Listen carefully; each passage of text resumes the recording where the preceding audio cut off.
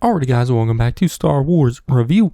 Today I'm reviewing Star Wars Rebels Season 1, Episode 9, Gathering Forces, which was directed by Stuart Lee and written by Greg Weisman and was released on November 24th, 2014, which this episode is a direct continuation of the last one. And just like the last one, I enjoyed it. Once again, getting more of Ezra's backstory, but also later in this episode, some growth with his relationship to the Force. So I thought it was another good, more Ezra focused episode, which, like I said, it's a direct continuation of the last one, so it picks up right where the last one ended, with the Ghost having to outrun the Empire, which the Grand Inquisitor is in a TIE fighter along with some other TIE fighters chasing them. But at the end of the last episode, we saw the Rodian Sibo, who was an old friend of Ezra's parents, revealed to Ezra that he knows what happened to them, which we see Sibo not really tell Ezra what happened, but just said he failed Ezra, and because, he was supposed to protect Ezra, which he did not, and obviously Ezra is upset over all that and kind of calls Sibo a coward for all that. But back in the cockpit, Hera can't jump to hyperspace because the navigational computer thingy is busted, which we see Sibo come in and instantly helps out and gets them to hyperspace. But before that, the Grand Inquisitor shoots a tracker from his TIE fighter onto the Ghost, which while in hyperspace, they try to figure out what to do with Sibo. And, Kanan goes to Ezra for that, but Ezra is upset over what Sibo told him and doesn't seem to really care what happens, which Kanan tells him that to become a Jedi, you have to care, even though, the person might have hurt you. It's still the more, selfless way to look at it. But during this, Sibo reveals that a tracker was planted on the Ghost, so they have a Chopper run a scan on the Ghost to find out if there is, and if there is, where it's planted, which they do find it, but it is not planted on the Ghost, but the Phantom.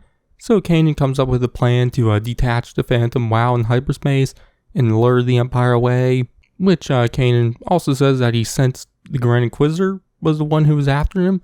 So he says that him and Ezra are going to have to both go into the Phantom, for the plan to work. So the Grand Inquisitor senses them also exiting hyperspace, which they do that, and the Phantom is able to survive the detach and the unexpected exit of hyperspace. And, part of the plan of where they were detaching was because it's going to be near the remains of Anaxis. So they head down there where, they detach the tracker from the Phantom. But then there, Kanan gets Ezra to kind of connect with the Fernox so they can use them in, the fight against the Inquisitor and whatnot.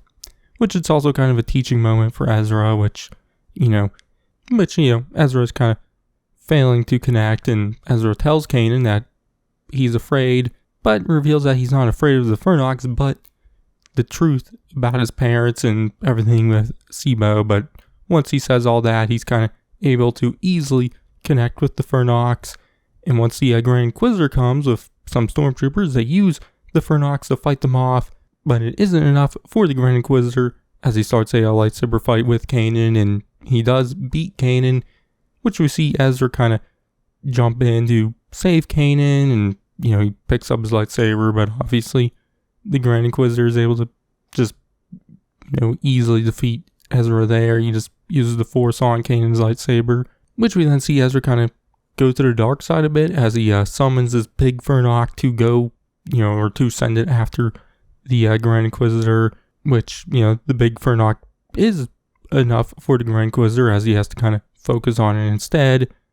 But all that makes Ezra kind of pass out, and so Kanan goes to him and wakes him up, and Ezra doesn't remember any of it, which they get back to the Phantom and then leave, which in the Phantom, Kanan tells him what happened, that he just didn't teach him well enough about the dark side and how easy it is to go down that path, which, I really enjoyed all of that, and seeing how Ezra's connection to the Force is, growing faster than how Kanan can teach it.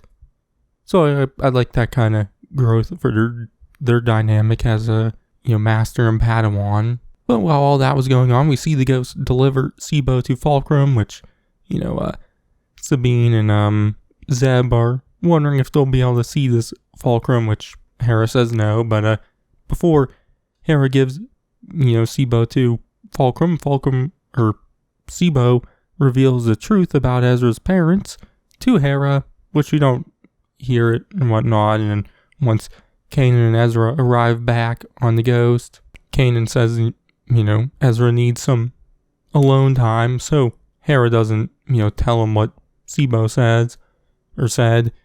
But the episode ends with Sabine giving Ezra that data disc thingy they found at his childhood home, which is a picture of Ezra as a young child with his parents, and that's where it ends. So yeah, like I said, I really enjoyed the episode.